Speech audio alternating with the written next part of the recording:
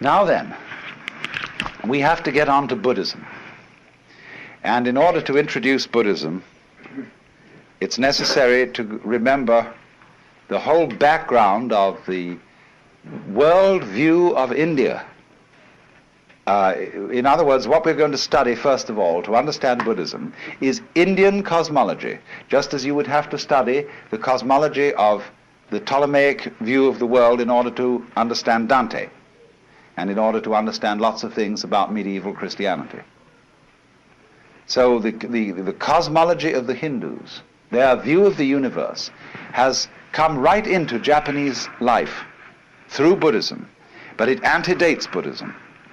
Buddhism simply adopted it as a matter of course, just as now if you invented a new religion, you would probably adopt the cosmology of modern astronomy. Well, now, how does the Hindu see the world? You know, there are really three great views of the world that human beings have had. And they go, one is the Western view of the world, which looks upon the world as a construct, an artifact, by analogy with ceramics and carpentry. Then there is the Hindu view of the world, which is dramatic, looks on it as a play. And then the Chinese view, which is organic and looks upon the world as an organism, a body. But the Hindu view sees it as a drama. And it's simply this: there is what there is, and always was and always will be, which is called the self. That in Sanskrit is Atman, A-T-M-A-N. And the Atman is also called Brahman. Brahman, from the root bri, to grow, to expand, to swell, is actually related to our word breath. So Brahman, the self, according to the Hindu view, plays hide and seek with itself for always and always and always. How far out, how lost can you get? So here each one of us, according to the Hindu idea, is the Godhead on purpose getting lost for the fun of it. And how terrible it can get at times. But won't it be nice when you wake up? That's sort of the basic idea. And I found it's an idea that any child can understand. It has great simplicity and great elegance. Now, in part of this cosmology, we must understand another feature of this conception of the universe. Not only, you remember now the kalpas, the periods of time, the yugas, the qualities of the time through which the universe goes, but there's the final thing, which are called the six worlds, or the six paths of life. And this is very important for Buddhism, although it comes from Hinduism, is represented in what is called the bhava chakra. Bhava means becoming, B-H-A-V-A. Chakra, C-H-A-K-R-A, means wheel. The wheel of becoming, the wheel of birth and death. And it has 6 divisions.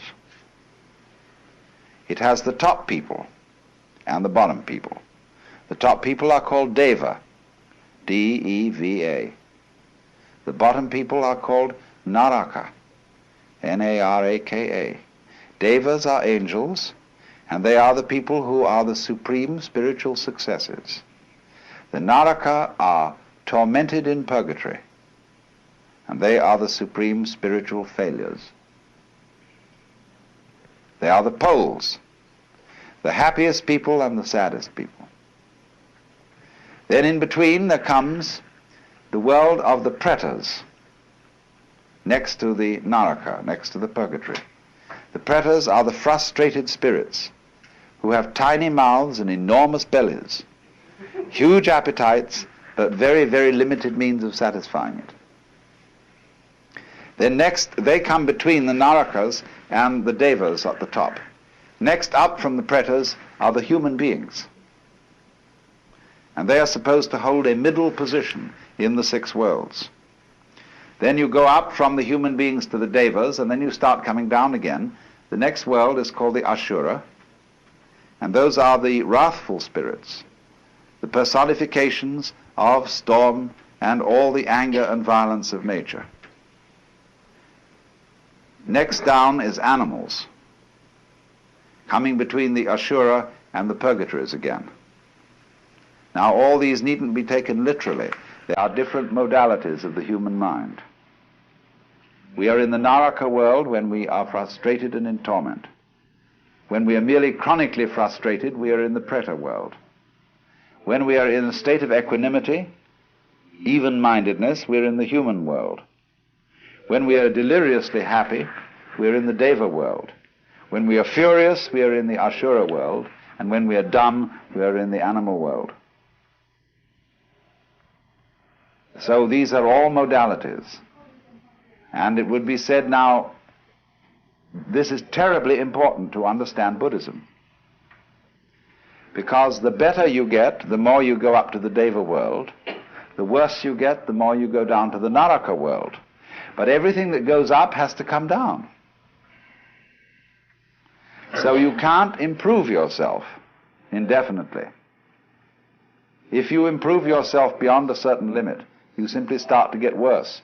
Like when you make a knife too sharp, it begins to wear away. So the Buddhahood, or liberation, enlightenment, is on no place on the wheel, unless it might be the center. By ascending, by becoming better, you tie yourself to the wheel by gold chains. By retrogressing and becoming worse, you tie yourself to the wheel with iron chains. But the Buddha is one who gets rid of the chains altogether. And so this will explain why Buddhism, unlike Judaism and unlike Christianity, is not very, very frantically concerned with being good. It is concerned with being wise. It is concerned with being compassionate, which is a little different from being good.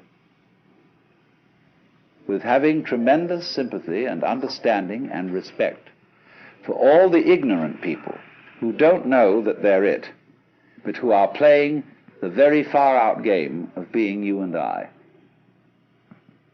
And so this is why every Hindu greets his brother not by shaking hands, but by putting his hands together and bowing. This is why the Japanese bow to each other, basically. This is why Buddhist rituals are full of the bowing gesture, because you are honoring the self, playing the roles of all the people around you, and all the more honor is due when the self has forgotten what it's doing, and is therefore in a very far-out situation. Now, that is the basic Hindu view of the world. That's the cosmology which goes along with Buddhism.